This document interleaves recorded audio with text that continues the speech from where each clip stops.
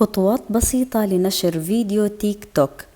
أصبح يمكن أن تنشر فيديو عبارة عن كلام أو نص أو كتابة في التيك توك. سنشرح لك الطريقة في هذا الفيديو، وأيضا سأعطيكم نصيحة حتى يحصل الفيديو على مشاهدات عالية عند النشر. وأيضا يمكنك وضع ما تريد من صوت أو ملصقات ونشره للعامة.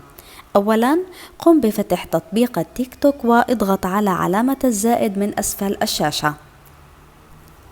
الآن يمكنك أن تختار من الخيارات الظاهرة أمامك خيار النص.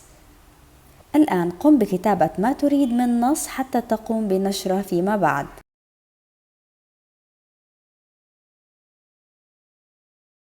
الآن يمكنك أن تختار شكل الخط الذي يظهر به هذا النص الذي قمت بكتابته من خلال الخيارات التي تتوفر أمامك.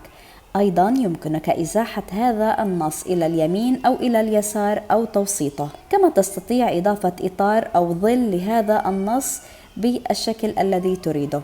يمكنك اختيار لون النص الذي تريد أن يظهر به أمام المتابعون كما يظهر أمامك من هذه الخيارات. الآن عند الانتهاء قم بالضغط على خيار تم. تستطيع إضافة صوت من خلال الخيار المتوفر أمامك في أعلى الشاشة. قم بالضغط على خيار إضافة صوت. على سبيل المثال قمنا باختيار موسيقى هادئة.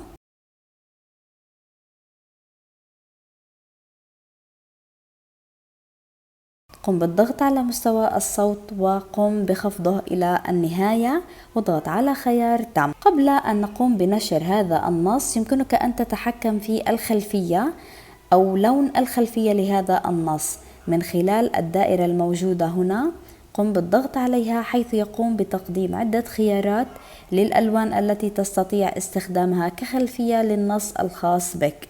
على سبيل المثال سوف نختار هذا اللون. الآن من خلال خيار القفل الموجود هنا تستطيع التحكم في الخصوصية، من يمكنه مشاهدة هذا النص من متابعون أو الأصدقاء، ويمكنك السماح بالتعليقات. عند الانتهاء قم بالضغط على خيار نشر على الصفحة. انتظر قليلا من الوقت. عند الانتهاء اضغط على الملف الشخصي.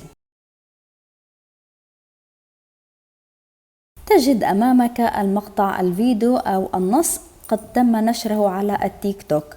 يمكنك الآن استقبال اللايكات أو الإعجابات على هذا الفيديو والتعليقات من الأشخاص الذين يظهر لديهم هذا الفيديو.